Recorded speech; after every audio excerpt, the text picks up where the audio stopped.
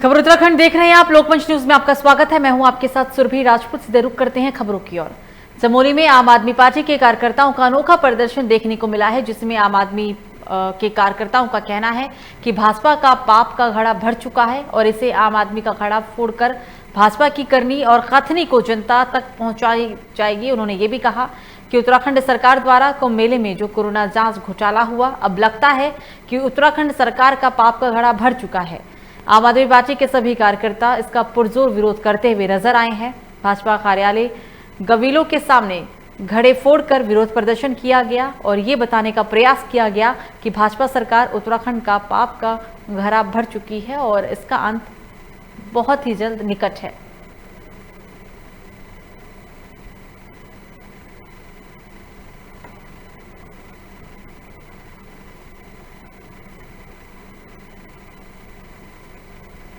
तरह से उत्तराखंड में पूरे कोरोना काल में बीजेपी सरकार द्वारा जो महाकुंभ में जो कोरोना घोटाला किया गया और इन 5 सालों में जो बीजेपी द्वारा जो भ्रष्टाचार को पूरे उत्तराखंड में फैलाया गया है, उसके विरोध में आम आदमी पार्टी पूरे उत्तराखंड में उनके बीजेपी के कार्यालयों के सम्मुख विरोध प्रदर्शन कर रही है।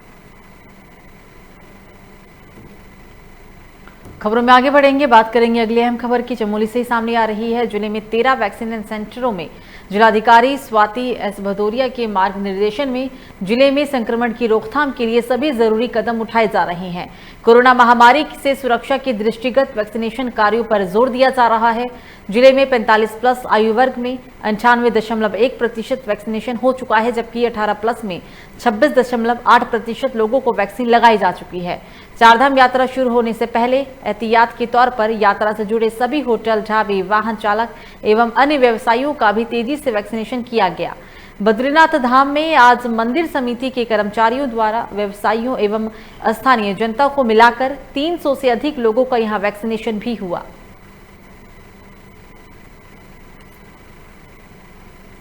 शुरुआत से ही हम लोगों ने काफ़ी गांव-गांव जाकर हेल्थ टीम ने वैक्सीनेशन का कार्य शुरू किया था। उस समय शुरू से प्रगति अच्छी थी और अब ऑलमोस्ट 98% लोगों को हमने वैक्सीनेट कर लिया, 45+ की जनता को फर्स्ट डोज से। और इसके साथ में ही जो हमारा चारधाम यात्रा, क्योंकि अभी कुछ दिनों में शुरू हो सकता है, तो उसके लिए भी लगभग 1650 पांडुकेश और माणा बामणी वाले जो इलाके हैं, जो वहाँ के गाँववासी हैं या मंदिर समिति के लोग हैं, इन सभी लोगों को मिलाकर इनका वैक्सीनेशन किया जा चुका है। उसके साथ ही जो पूरा हमारा चारधाम रूट है, उसमें होटल व्यवसायी, ये जो टैक्सी ड्राइवर्स आदि को मिलाकर हमने लगभग 1092 लोगों का अभी तक वैक्सीनेशन कर दिया। तो इस बीच देहरादून राजधानी से एक बड़ी खबर सामने निकल कर आ रही है। सीएम तीरथ सिंह रावत पहुंचे हैं आईटी पार्क सहस्त्र धारा रोड। मुख्यमंत्री तीरथ सिंह रावत करेंगे आज योजना का शुभारंभ। उत्तराखंड वरिष्ठ नागरिक हेल्पलाइन योजना का भी वो शुभारंभ करने वाले हैं। समाज कल्याण विभाग की ओर से लाई गई है कई योजनाएं। तो राजधानी देहरादून से बड़ी खबर इस वक्त की। CM Tirath Singh Rawat IT park पहुंचे, सशस्त्र धारा रोड। मुख्यमंत्री तीरथ सिंह रावत योजना का शुभारंभ करेंगे। उत्तराखंड वरिष्ठ नागरिक हेल्पलाइन योजना का भी वो शुभारंभ करने वाले हैं। बताया जा रहा है कि समाज कल्याण विभाग की ओर से कई योजनाओं को लाया गया, जिनका उनके द्वारा शुभारंभ किया जाएगा।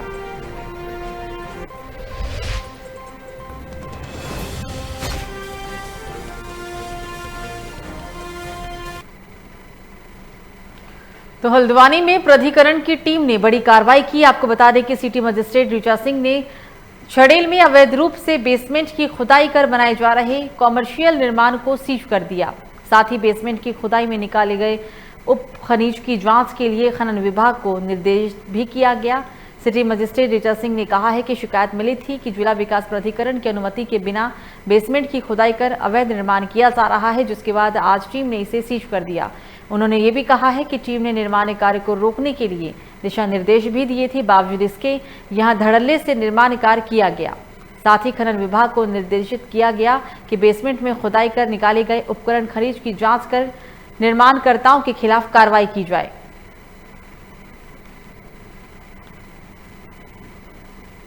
जो हमारा प्राधिकरण का क्षेत्र है, उसमें शिकायत मिल रही थी कि एक निर्माण कार्य यहाँ इस जगह पे चल रहा है और इनसे डॉक्यूमेंट दिखाने के लिए कहा गया था, तो इनके द्वारा अभी तक कोई डॉक्यूमेंट नहीं दिखाया गया है और इनका नक्शे के संबंध में भी इनके द्वारा क्या कार्रवाई की गई ये भी नहीं बताया गया है।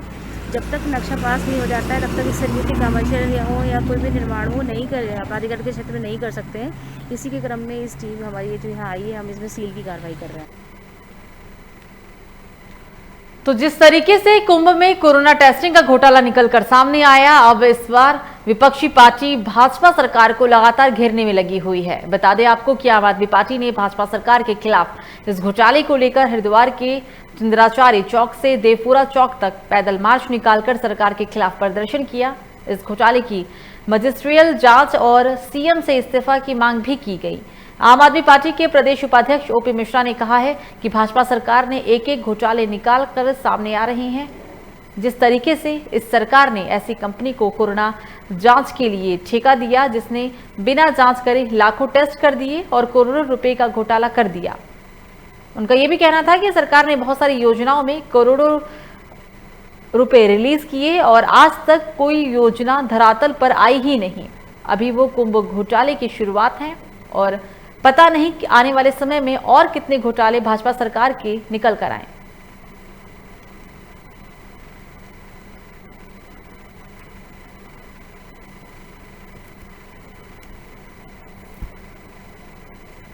मेले में आरटीपीसीआर का जो घोटाला हुआ है, जैसे आप सबको मालूम है, बीजेपी के इस तरीके के घोटाले एक एक करके निकल के आ रहे हैं। ये जनता का पैसा किस तरीके से लूटती है उसका एक योजनाबद्ध तरीके से इन्होंने आरटीपीसीआर जांच में एक ऐसे लैब को ठेका दिया जिसने जांच ही नहीं की। उन्होंने फर्जी रिपोर्ट जो है वेबसाइट पर चढ़ाई और करीबन 9 करोड़ रुपए का घोटाला है जिन्होंने जांच नहीं की और पैसा जो है इन्होंने बिल जो है शासन में लगा दिया। एक ये योजनाबद्ध तरीके से बीजेपी जो है जनता का पैसा लूटने का एक तरीका है, इसी को लेके हम लोग यहाँ पे खड़े हैं। और कुंभ मेले में ऐसे बहुत सारे घोटाले हैं जो बाहर आने बाकी हैं, जो बाहर आएंगे और उन्हीं की जांच के लिए हम लोग यहाँ खड़े हैं। और साथ ही साथ हम अपने मुख्यमंत्री तीर्थ का इस्तीफे की मांग करते हैं। महाकुंभ जो हुआ है और ये 4 महीने का होना था जो कि 1 महीने में सिमट कर रह गया और इसमें धीरे धीरे करके करोड़ों के घोटाले हुए हैं जिनका खुलासा अब हो रहा है। जैसे कि जांच का घोटाला है, तो जांच का जो घोटाला है इन्होंने पॉजिटिव रिपोर्ट को भी नेगेटिव बताया जिसकी वजह से कोरोना फैला और कई लोगों की मौत के जिम्मेदार जो ये सरकार है जिसके राज में ये घोटाला हुआ। और अभी धीरे धीरे देखिएगा बहुत सारे ऐसे घोटाले हैं जो अभी खुलासे होने हैं और हम सरकार से ये मांग करते हैं कि इसकी निष्पक्ष जांच हो, इस पे जो है सीबीआई की जांच बैठाई जाए और जो भी दोषी पाया जाता है उसके खिलाफ कठोर से कठोर कार्रवाई की। तो धर्मनगरी हरिद्वार में महाकुंभ आयोजन में कई अस्थायी निर्माण हरिद्वार में किए गए जिसमें कई नए घाट, पुल और सौंदर्यीकरण के लिए आस्था पथ का निर्माण किया गया, पर कुंभ खत्म होने के बाद इनका ध्यान रखने वाला कोई भी नहीं है। इस बात का पता मानसून की पहली बरसात में बता दिया गया है। जी हां, कुंभ में करोड़ों रुपए का खर्च कर आस्था पथ का निर्माण किया गया जो कि मानसून की पहली बारिश में ही इस घाट का नजारा अलग ही दिखा। ग्राउंड जीरो से दिखाते हैं आपको ये एक रिपोर्ट।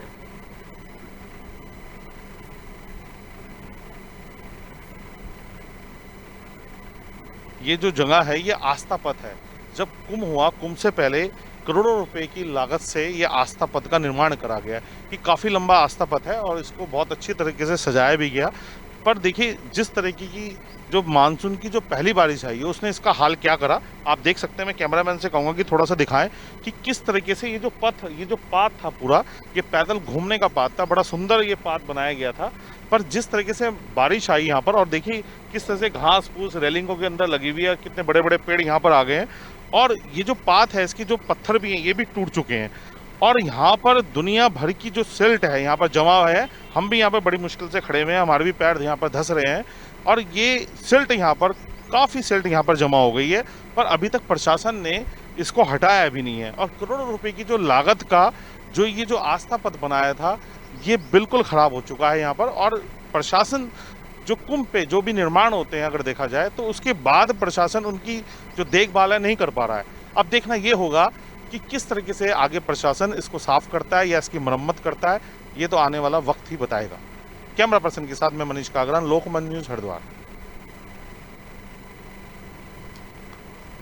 तो इस बीच मंगलौर से एक बड़ी खबर सामने आ रही है निकलकर। कमरवाड़ा गांव में पुलिस पर लोगों ने किया पथराव। धार्मिक स्थल से अवैध निर्माण को लेकर गांव में हुआ था विवाद। तालाब पर अवैध भराव कर मूर्ति स्थापना को लेकर जमकर हुआ विवाद। मूर्ति हटाने गई पुलिस प्रशासन पर ग्रामीणों ने बरसाए पत्थर।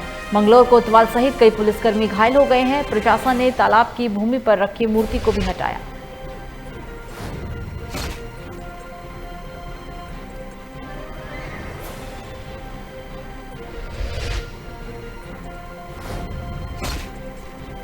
जो खसा नंबर 113 है वो जोहड़ की भूमि है।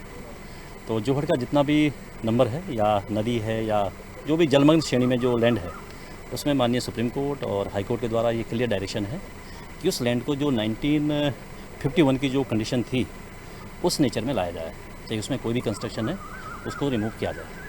तो स्थानीय लोगों को जिनके द्वारा इस तरह के यहाँ पर मूर्ति स्टैब्लिश की गई थी, उनको कार्यालय में बुला के 2 से 3 बार उनको समझा भी दिया गया था कि खुद आप इसको रिमूव करें, लेकिन संबंधित लोगों के द्वारा इसको रिमूव नहीं किया गया।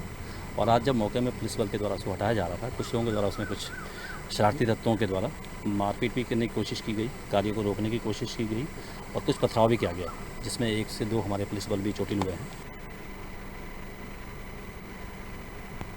तो खबरों में आगे बढ़ेंगे, बात करेंगे एक और अहम खबर की। बता दें आपको कि इस वक्त की एक और बड़ी खबर सामने निकल कर आ रही है, जहां बताते चले इस वक्त की बड़ी खबर गढ़वाल से, जहां जिलाधिकारी डॉक्टर विजय कुमार जोगदंडे ने कलेक्टर कक्ष में जिला उद्योग मित्र विशेष एकीकृत प्रोत्साहन नीति और सूक्ष्म लघु और मध्यम उद्यम नीति के तहत गठित उप समिति की वर्चुअल माध्यम से समीक्षा बैठक की है। आयोजित बैठक में उद्यमियों की समस्याओं, विशेष एकीकृत औद्योगिक प्रोत्साहन नीति, विद्युत प्रतिभूति दावे, MSAE नीति के तहत उपादान प्रस्ताव की स्वीकृति, प्रधानमंत्री रोजगार सृजन कार्यक्रम की प्रगति और मुख्यमंत्री स्वरोजगार योजना की प्रगति पर चर्चा की गई। साथ ही बैठक में लिए गए निर्णयों के सापेक्षकृत कार्य की पुष्टि और सिंगल विंडो सिस्टम से प्राप्त आवेदनों पर चर्चा भी हुई। बैठक में वर्चुअल माध्यम से मुख्य विकास अधिकारी आशीष भड़गाई, CTO लखेंद्र गोथियाल सहित संबंधित अधिकारियों ने हिस्सा लिया। उद्योग मित्र का बैठक आज आयोजित किया गया है। इसमें जनपद में जितने भी हमारे उद्यमी हैं, इनकी समस्याओं के ऊपर चर्चा किया गया। साथ में कुछ उद्यमियों के द्वारा जो अपने प्रतिपूर्ति के आवेदन प्रस्तुत किया गया है MSME नीति के अनुसार और विशेष एकीकृत प्रोत्साहन नीति के अनुसार, उनको स्वीकृत किया गया है। इसमें से 2 प्रकरण ऐसे पाए गए हैं जहाँ पर हम लोग को जो है उनका जो कारण था वो स्पष्ट कारण प्रस्तुत नहीं किया गया है। उनको हमने दोबारा समय दिया है कि आप अगले 15 दिवस के अंदर इसको दोबारा प्रस्तुत करिए। साथ में सिंगल विंडो जो हमारी योजना है उसके अंतर्गत भी हम लोगों ने 11 प्रस्तावों को स्वीकृत कर दिया है। वो भी हमारे भविष्य में उनका भी उद्योग यहाँ पे स्थापित। अगली खबर राजधानी देहरादून से है, जहां विकासनगर तहसील से जहां मदरसा जामिउल उलूम के शिक्षकों ने ढाकी सहसपुर में अनिश्चितकालीन धरना शुरू कर दिया है। मदरसा जामिउल उलूम के सभी टीचर स्टाफ ने इंतजामिया कमेटी की तरफ से किए जा रहे शोषण के विरोध में धरना दिया। धरना प्रदर्शन करने टीचरों का कहना है कि इंतजामिया कमेटी ने उन लोगों को पिछले लॉकडाउन से सैलरी देने से मना कर दिया था और हाल ही में अब मदरसा नोटिस बोर्ड पर नोटिस लगा दिया गया है कि मई 2021 से समस्त स्टाफ को मदरसा प्रबंधक सहित कार्य सेवा से मुक्त कर दिया गया। किसी की कोई भी सैलरी नहीं दी जाएगी, जबकि शिक्षकों का यह भी कहना है कि वो लोग पिछले 20-25 सालों से मदरसा में शिक्षक और अतिरिक्त सेवाएं दे रही हैं। शिक्षकों का ये भी कहना है कि वो लोग शिक्षक कार्य के अलावा आम लोगों से दान इकट्ठा करके उनमें से अपनी सैलरी एवं मदरसे की जरूरत भी पूरी करते हैं। शिक्षकों का ये भी कहना है कि उन्हें लॉकडाउन की पूरी सैलरी दी जाए और मदरसे में कार्य सेवा पर बहाल किया जाए, और अगर इंतजामिया कमेटी उनकी मांगे पूरी नहीं करती है तो वो लोग अपने हक के लिए लेबर कोर्ट या हाई कोर्ट की शरण भी ले सकते हैं।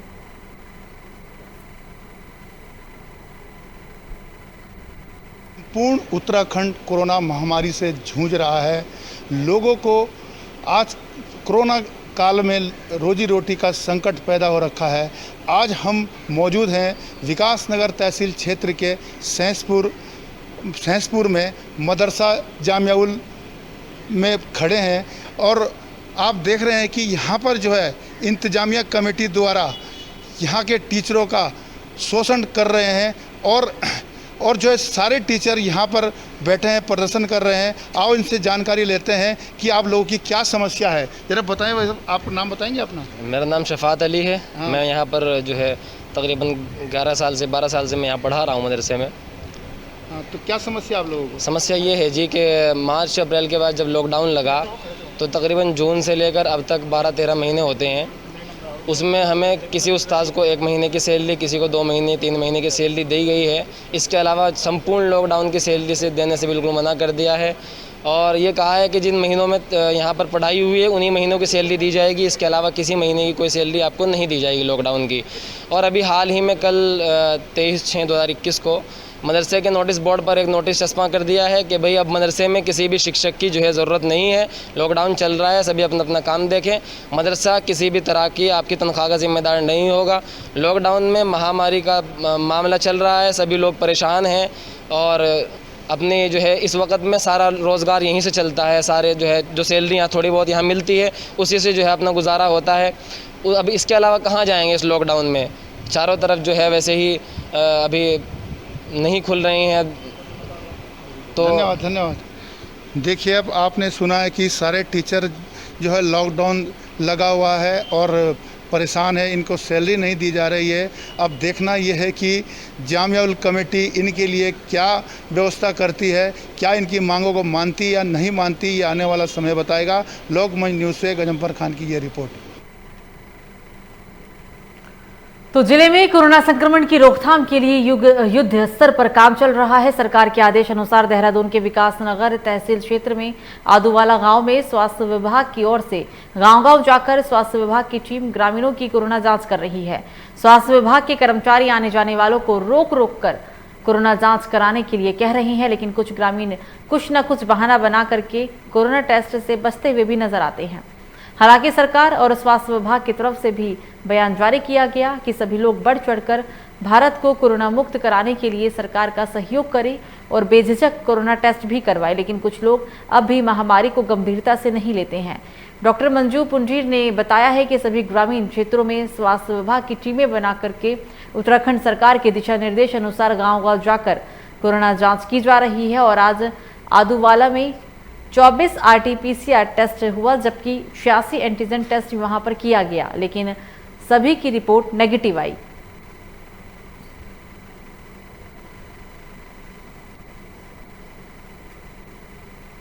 सरकारी हॉस्पिटल से आई हूँ और यहाँ पे कोरोना की जांच हो रही है। ग्रामीण क्षेत्र में सभी जगह? हाँ जी, ये सारी जगह हो रही है। जितने भी ग्रामीण क्षेत्र है हम अपनी सारी टीमें भेजते हैं, वहाँ पे ये जांचें होती है सारी जगह। कितनी जांचें की? अभी तक हमने 24 RT-PCR किए हैं और 86 हमने एंटीजन किए हैं। इसमें कोई पॉजिटिव आई? नहीं, अभी तक कोई पॉजिटिव नहीं आया है। इस बीच राजधानी देहरादून से एक बड़ी खबर, पहाड़ों में लगातार बारिश का दौर जारी। बता दें आपको इस वक्त की बड़ी खबर देहरादून से सामने आ रही है। बारिश के कारण सामान्य जनजीवन अस्त व्यस्त, नदी नाले भी उफान पर पहुंच गए हैं, लोगों की काफी मुश्किलें बढ़ गई है। मौसम विभाग केंद्र देहरादून का पूर्वानुमान, प्रदेश में कई जिलों में गरज के साथ हो सकती है भारी बारिश। उत्तरकाशी, चमोली, रुद्रप्रयाग, पिथौरागढ़ में भारी बारिश का अंदेशा।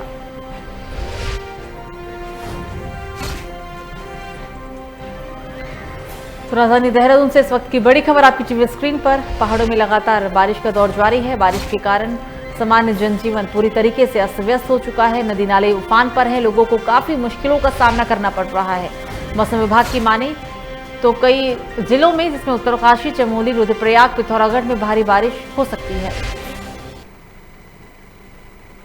खबर में आगे बढ़ेंगे। पूर्व मुख्यमंत्री त्रिवेंद्र सिंह रावत आज काशीपुर में भाजयुमो के द्वारा आयोजित स्वैच्छिक रक्तदान शिविर में शिरकत करने पहुंचे थे, जहां पर भारतीय जनता पार्टी के कार्यकर्ताओं ने पूर्व मुख्यमंत्री त्रिवेंद्र सिंह रावत का फूलमाला पहनाकर भव्य स्वागत किया और साथ ही रक्तदान शिविर में सभी से रक्तदान करने की अपील भी की।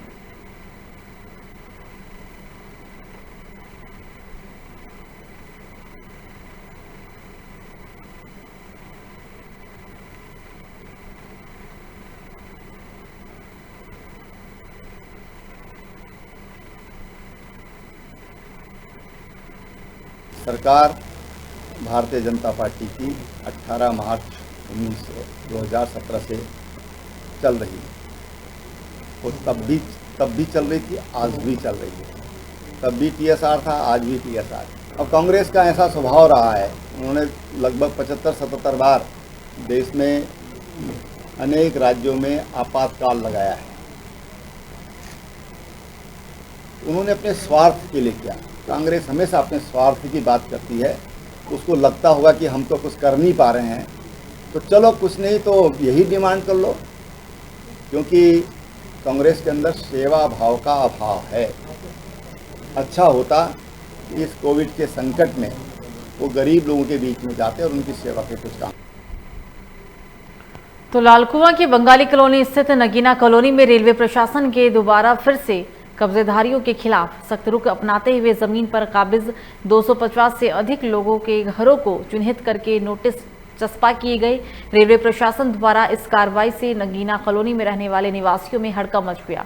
इस कार्रवाई के बीच मौके पर मौजूद स्थानीय लोगों ने रेलवे प्रशासन द्वारा नोटिस चस्पा करने की कार्रवाई पर कड़ा विरोध भी जताया। बताते चले कि कई सालों पूर्व रेलवे विभाग की टीम ने बंगाली कॉलोनी से कार्रवाई करते हुए कुछ भूमि पर अतिक्रमण खाली कराया था और अब एक बार फिर से दोबारा यहां नगीना कॉलोनी के 250 से अधिक परिवार को चिन्हित करके उनके घरों पर नोटिस चस्पा किए गए हैं।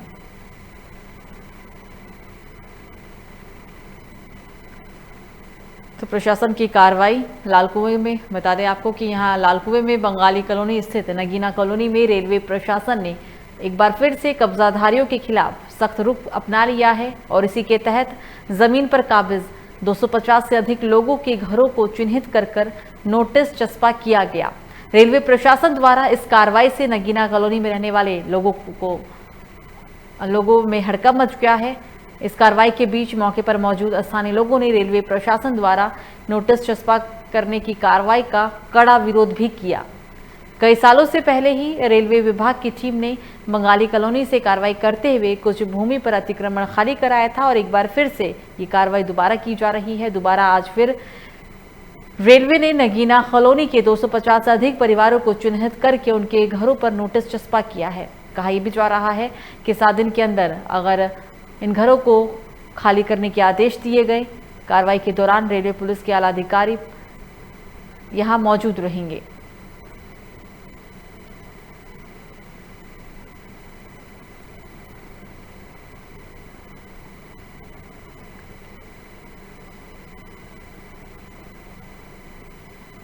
रेलवे विभाग की कार्रवाई 250 अवैध घरों पर नोटिस चस्पा किया गया है घर खाली करने को लेकर। इन घरों को चिन्हित करके नोटिस चस्पा कर जमीन से 4 दिन के अंदर ही इन घरों को खाली करने के आदेश दिए गए। कार्रवाई के दौरान रेलवे पुलिस के आला स्थानीय पुलिस भी मौके पर मौजूद दिखी। लाभ साहब हमें तो यहाँ कम से कम हो गए 32-33 साल तो हमें हो गए। आज क्या कार्रवाई हो रही है?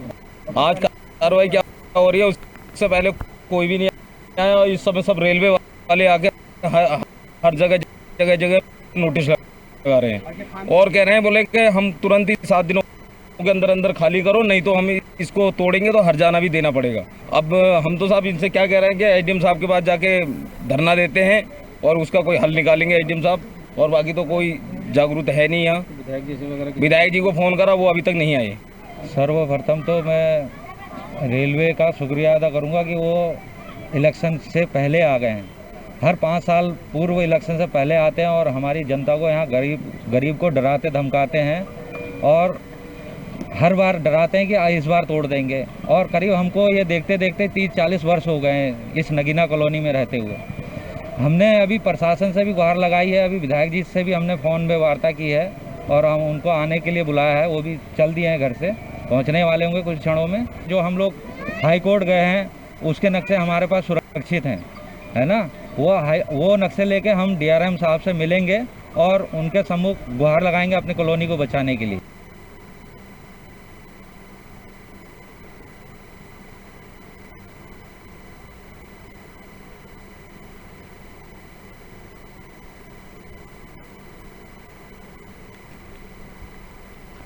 तो लक्सर रुड़की हाईवे सालोनी पुल के पास सड़क धंसने से डंपर करीब 35 फुट नीचे तालाब में जा गिरी। इस दौरान चालक दुर्घटनाग्रस्त होकर डंपर के अंदर फंस गया।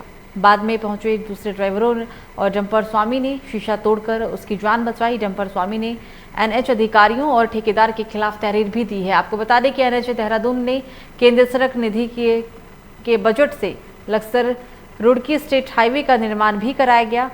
बुधवार देर रात नक्सर निवासी कपिल का सामान से लदा डंपर लौढौरा की तरफ जा रहा था। डंपर को चालक रिजवान निवासी सुल्तानपुर चला रहा था।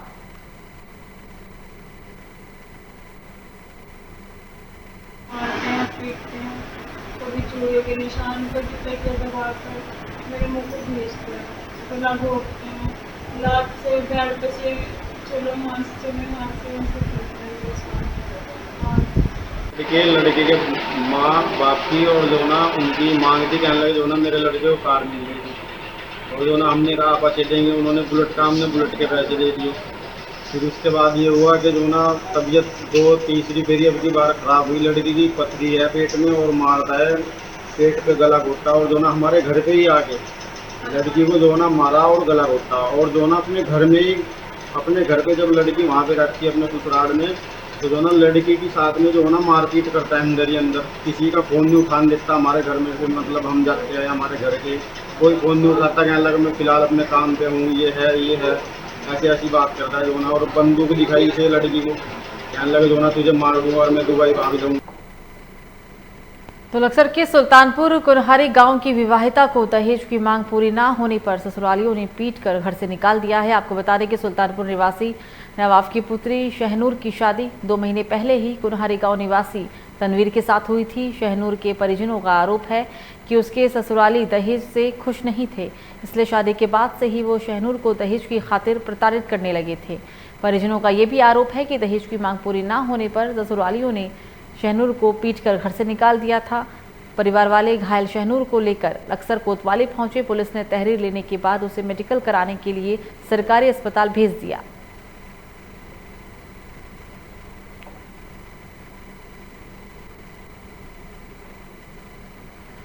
खबरों में आगे बढ़ेंगे, बात करेंगे अब पौड़ी की, जहां समाज में दिनों दिन बढ़ रहे नशे और अवैध व्यापार की रोकथाम के लिए ड्रग जागरूकता सप्ताह मनाया जा रहा है, जिसके तहत पौड़ी पुलिस कप्तान पी रेणुका देवी ने आमजन को जागरूक करने के लिए जिले के सभी थाना प्रभारियों को निर्देशित भी किया।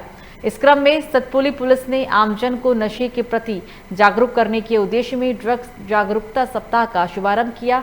कस्बा सतपुली में उप निरीक्षक इंद्रजीत राणा ने जीप और टैक्सी चालकों को ड्रग्स जागरूकता के साथ ही यातायात नियमों के पालन करने और कोविड-19 नियमों के संबंध में जागरूक भी किया है। थानाध्यक्ष संतोष पैथवाल का कहना है कि वाहन स्वामियों और चालकों को नशे के दुष्परिणामों के प्रति जागरूक किया जा रहा है।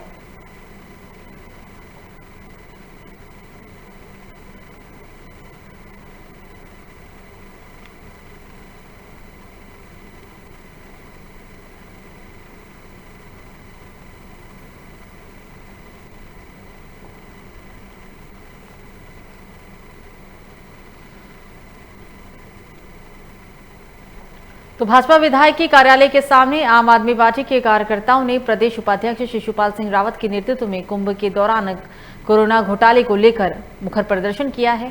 सरकार पर इस पूरे मामले को लेकर लापरवाही का आरोप भी लगाया गया। रावत ने कहा है कि इस घोटाले में न केवल देश बल्कि विदेशों से भी भारत की साख को बच्चा लगाया गया, क्योंकि कुंभ पूरे विश्व का पर्व है और बीजेपी सरकार के राज्य में अधिकारियों और उनके नेताओं को भूमिका साफ तौर पर इस घोटाले में सामने आ रही है।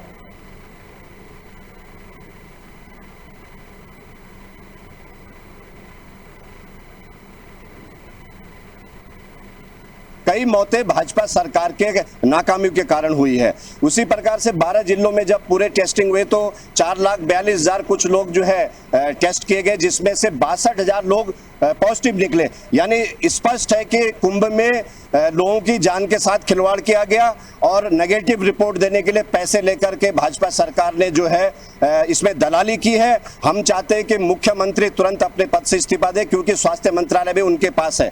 भाजपा सरकार आज फेल हुई है। इनका पाप का घड़ा फोड़ने के लिए हमारे जो लोकल विधायक है दीवान सिंह बिस्जी, उनके कार्यालय के आगे हमने घड़ा फोड़ा। तो ज्वाइंट मजिस्ट्रेट रुड़की ने सिविल अस्पताल का औचक निरीक्षण किया। इस दौरान उन्होंने आईसीयू और डेंगू आइसोलेशन वार्ड के साथ साथ अस्पताल की सभी व्यवस्थाओं का जायजा लिया। अस्पताल में कुछ खामियां मिलने पर सीएमएस को व्यवस्थाएं दुरुस्त करने के भी निर्देश दिए गए। ज्वाइंट मजिस्ट्रेट अपूर्वा पांडे का कहना है कि कोरोना की तीसरी लहर की आशंका के चलते अस्पताल में व्यवस्थाओं का जायजा लिया जा रहा है। तीसरी लहर से निपटने के लिए अस्पताल प्रबंधन ने सभी तैयारियां पूरी कर ली है। डेंगू को लेकर भी अस्पताल में 6 बेड का आइसोलेशन वार्ड तैयार कर लिया गया है, ताकि डेंगू के मरीजों को भी किसी भी तरह की कोई परेशानी ना हो।